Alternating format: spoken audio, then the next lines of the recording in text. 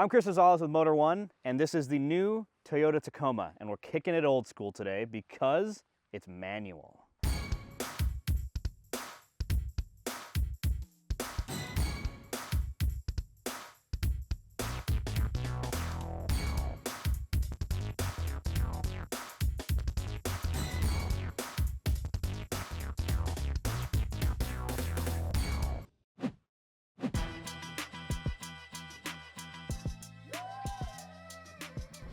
This feels exactly like the first car I ever drove manual in, which was a 1989 Toyota 4Runner. The shifter action is almost exactly the same, the clutch feel is almost exactly the same, and the pervasive sense of underpoweredness is almost exactly the same. It is a shoulder workout shifting this thing, not because it's so heavy, just because the shifter's so long. And then you get to the clutch. Long, old school, takes a long time to engage. You gotta be real slow with it. You can't rush it at all.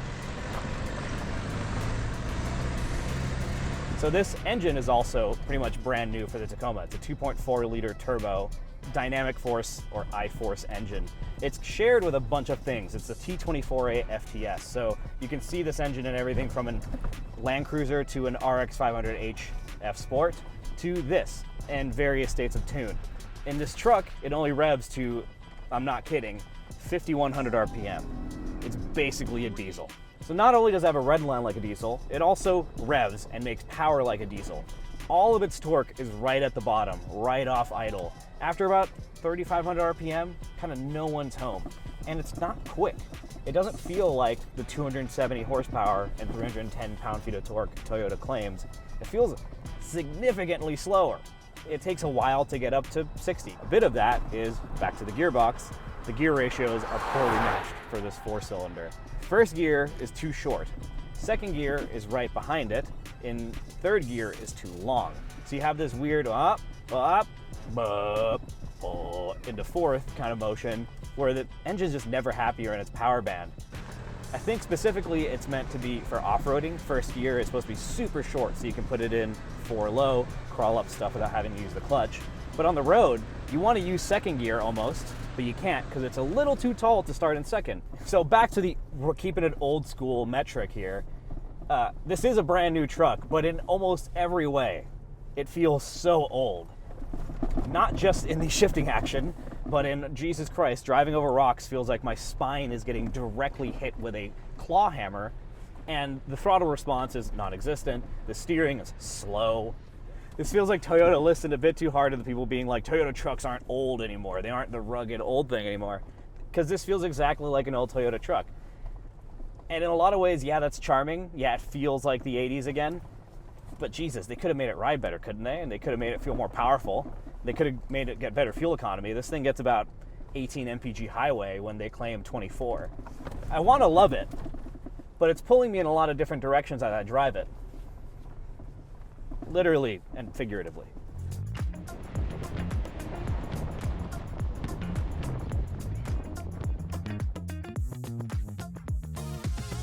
So what is new? What feels new? Well, the interior does feel new. It doesn't feel like the old Tacoma at all. You have this 14-inch screen here that is comically huge, and the CarPlay is at scale. It's like 150% scale, so the buttons are massive. You feel like an old person using one of those big button telephones.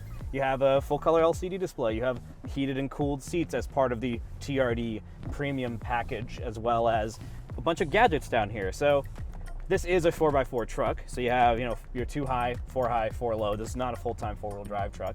You have disconnecting sway bars, which is kind of neat.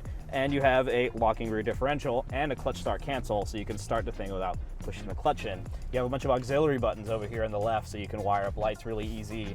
You have leveling headlights, a power tailgate. You get a lot of equipment for, wait for it, $52,000. 52 grand for a body-on-frame truck that feels like I'm driving something from the 80s. It takes me right out of the fantasy, I think. It's quite a lot of money for what's happening here. On the road, this thing is lovely. Kind of rides good, doesn't get great fuel economy. But off-road, I just drove up a trail and had a bad time. That road rough. I was getting jostled around. So Let's see if it has capability to make up for it, because that was just a fire road. Let's see if it can make it up this black diamond.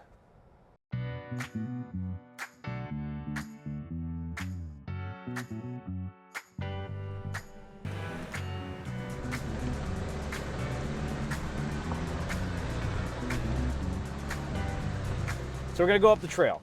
First, we need to engage 4 low. You need to get through to 4 high first, and then 4 low. To engage this, I learned this the hard way, push the clutch in. And then it'll engage nice and easy. Then we go down here, because I know this trail really well, and it was pretty nasty. We're gonna disconnect our sway bars. Hit that button right there. And there's a couple of flex moments on this trail. We're gonna test traction, so we're gonna also block the rear diff. Nice and easy. So in 4 low, this works. When the axles are wound up and things start slipping, you're gonna start feeling jumps and jostles and stuff, just like any old school truck. But honestly, it's clearing this very nicely. Maybe speed isn't its thing. You have to go real slow.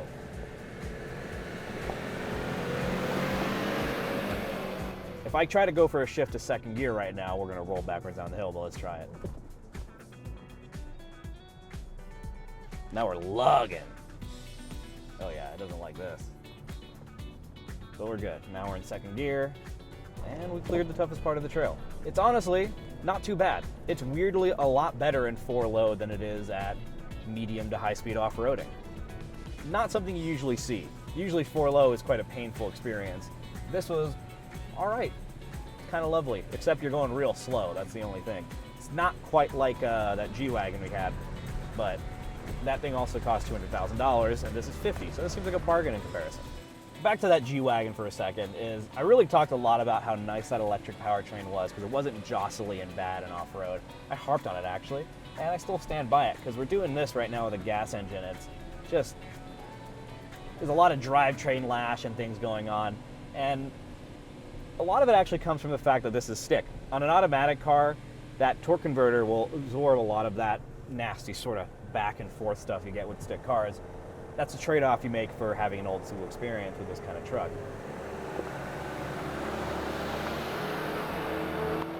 All right, let's make a run down the hill. This is gonna be much nicer than going up the hill.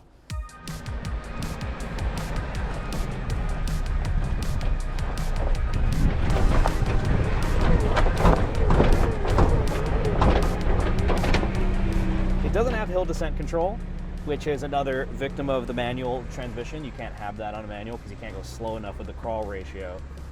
But if you just leave it in first gear 4 low and doing nothing on the pedals, it won't slow itself down fully, but it'll sit around 4 miles an hour on its own, which is actually a pretty chill crawling speed. It's funny because I'm again at this crossroads where it feels so old school and I'm in a brand new truck, and that should be a bad thing, but I can't help but be charmed right now by the experience I'm having. It's like sports car guys like me when I talk about steering feel and things like this. I think this is what 4-wheel drive guys are about when they're about being connected to the trail. I don't think any 4x4 people actually say that, but I'm feeling some sort of connection to the machine because it's working with me. An automatic Tacoma will cruise right up this. Won't care at all. Doesn't need you to do it. But with the manual, it needs you to work the clutch correctly. It needs you to know when to shift. It needs you to know when you're engine braking and when to brake and where to place the thing to get the smoothest, best ride up the trail. You can't just cruise it up. You have to be part of the process. Off-road, it's a mixed bag. It's bad on fire roads, but it's great up a black diamond trail. Don't know how that makes any sense.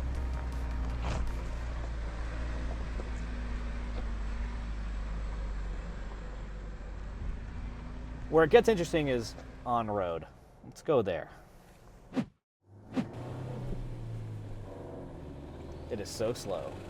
This is full throttle. And that's 44 miles an hour. You have to drive the truck on road the way it wants to be driven, which is very slowly, very deliberately. It's almost like driving like a diesel Super Duty. You hear a little turbo noise every time you shift. You go, womp, womp. But here's the good. It's quiet. Nice and quiet at highway speeds. Good torque once you're already in the higher gears. Ride's really nice on road. Handles pretty okay in a twisty road, as much as you want it to for a truck. This is kind of where I think it's born to be. It's born to go on a highway, commute, and do this thing for your average person around town. So here we are, fully stopped, neutral, everything. Let's see what we top out at first gear. So here's something to know about the Tacoma: you cannot rush it. You have to, and don't rev it too hard. You've got to go 1500 RPM and then let it catch. Okay, so here, top of first gear is 25 miles an hour.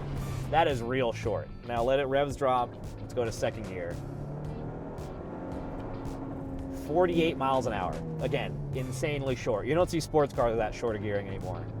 And now the big drop into third. Top of third gear,